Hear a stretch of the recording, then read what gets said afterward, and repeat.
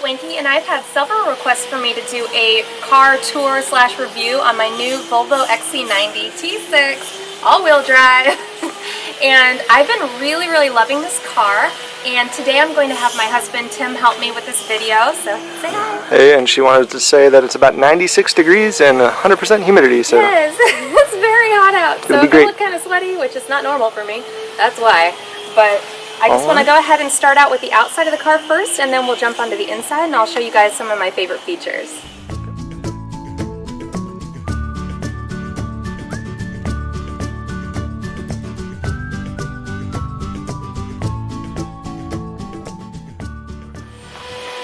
So one of the cool things about this car is that you don't have a regular key, you have this. It's called a remote key, and I'll show you guys real quick, just up close, what that looks like. No actual key to it, just buttons. You have the ones that unlock the car, lock the car, and one that pops your trunk for you. And what's really cool about this key is that if you have it on you, you can go ahead and just use your thumb and place it right here on this square, and it'll automatically unlock the car. So if this is in your diaper bag or your purse or your pocket, you won't actually have to use a key. You can just walk up. Did you hear it unlock? Yep. And you hit it again, so it locked. Oh, I held it too long, so it locked itself. Let's do it one more time. There you go. And then this is really cool. If you do park your car and lock it, then your side mirrors will actually fold in, so that really keeps your car safe, just in case somebody drives by too close to you. You don't have to worry about these getting knocked off. So the car is unlocked now. I think you've actually downloaded the app too, so you can lock and unlock it and start start your engine with your phone. What's really cool about this car and the brand actually is that you can have this thing called Volvo On Call, and it's an app. And you can open your car, you can start your car remotely with it. You can see how much gas you have left in your tank before you run out of gas. It's a really neat app and just such a great brand. I love that they have that feature. So next my husband's gonna go ahead and take you guys on a little tour of the inside of the car, and then we'll talk about some stuff.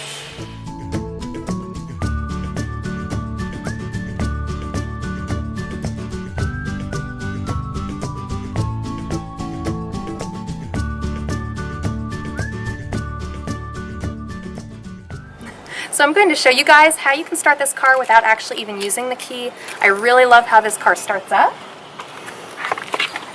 And the seats in this car are completely amazing. I don't think I've ever sat in a car this comfortable before. So, alright, what you're going to do is you're going to put your foot on the brake, and then you're going to use this knob right here. It says engine. You can start and stop this way.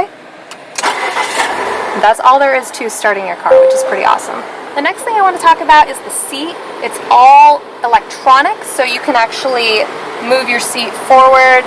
That's actually moving the back of the seat here as far forward or as far back as you want to. It's slow, but it still works really great. This moves you forward or back. And this button right here is really cool. If you push back or forward, and I think there's even up and down here, it moves where the lumbar support is, and you can fill it up as much or as little as you want. I don't tend to use too much of it unless I'm on like a long drive or something. So that is such a great feature in this car. The next thing that I want to show you guys are these buttons over here. You have a 1, 2, 3, and an M. This button here will allow you to program your seat.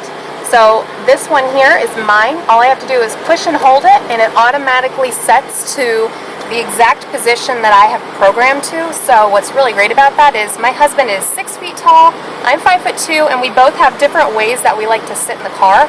So if I press the 1 and hold it, it'll automatically go back to my favorite setting of the chair, and if he presses number 2 and holds it, it'll completely just change to the way he likes it. So I think that's really awesome about this car.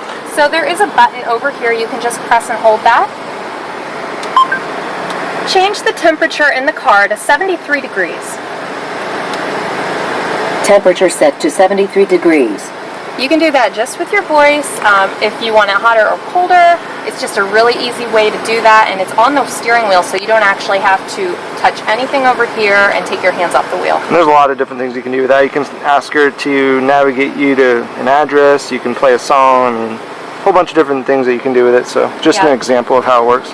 Like I said, this is not a full review. This is just some of my favorite things on this car. But there are seriously so many awesome features on this car. I couldn't go through all of them in this video.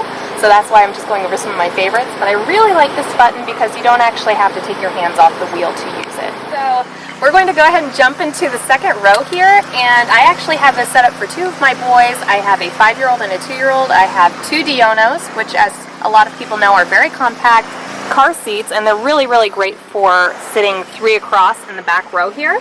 And this car you actually can do that with, but in this video I just have 1 rear facing and 1 forward facing. On the floorboard here I have 2 bags. I have my Lily Jade Megan diaper bag on top of my Jujubee Starlet, and the Starlet holds all of my emergency car necessities. So I know a lot of people wanted to see how I organized the car a little bit, and this is how I have the second row set up.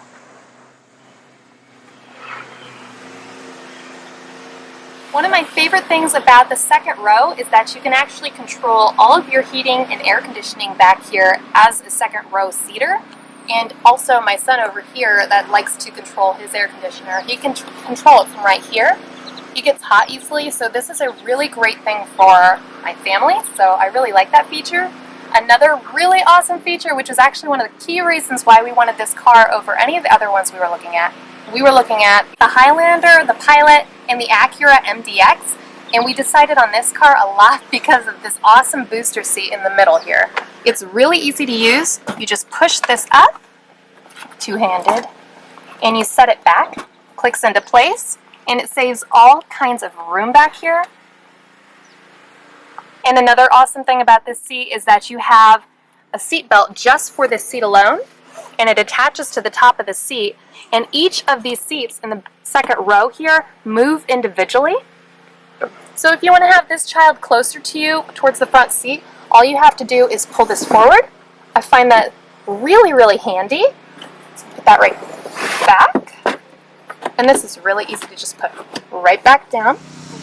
So as I mentioned, the middle seat moves on its own, and all you have to do is pull right here and pull it down, and the whole thing comes forward. It just moves this seat a little bit more out of the way.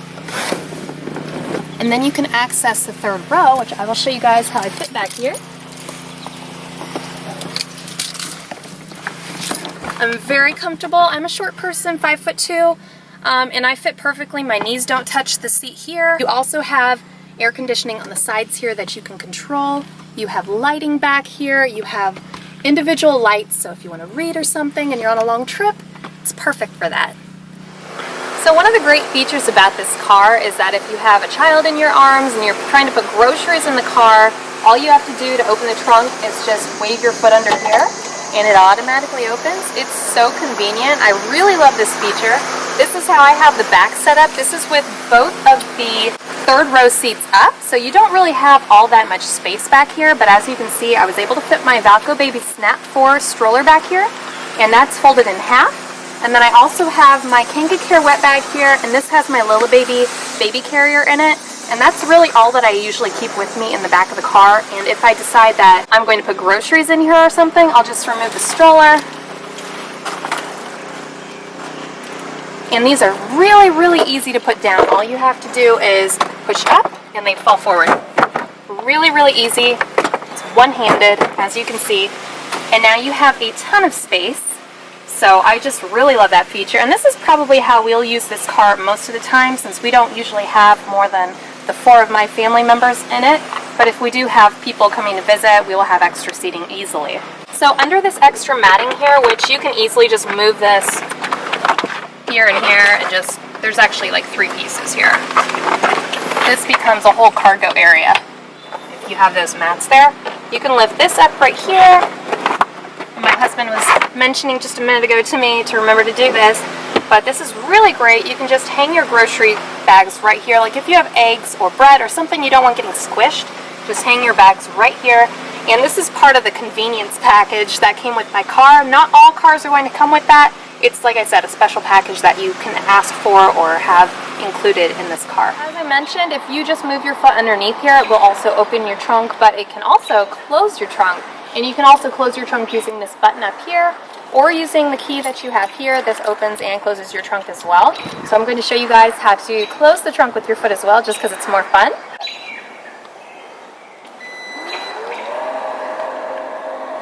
So cool, right? Katie wanted me to go over some of the basic functions that we can do inside of the car with the systems in it, so I'm going to go ahead and do that. So if we go up here to the top, show a couple of cool things. Really quick, you have Volvo on call, so you could, it's kind of like your OnStar, you know, basic thing. Then SOS, I haven't looked too much into that, but I'm assuming it's, you know, police or something. If you needed help, you could press that button. Also up here you have your sunroof, so if you wanted to open that, so you have your shade. And that shade is, the shade is really effective. It's too. a really big sunroof. It is, I love it. Kids in the back can really see everything, and then we can just push that. Give you an idea. It's not going to go all the way back. You're going to get this front half here. So I'll just open it up as much as I can, and you can see how big it goes. Yeah. Close that since it's and that's tinted too, so it doesn't let direct sunlight really in. Yeah, the tint is really dark in this car, so it really keeps the sun out for the kids. Alright, so also up here by our rear view mirror, you see these buttons right here. It has HomeLink, part of the package, I believe the convenience package, so all we got to do is link that up. I set it to the frequency for our garage door opener. So now I can just press that, and it opens up our garage door right from the car, so you don't need to have your own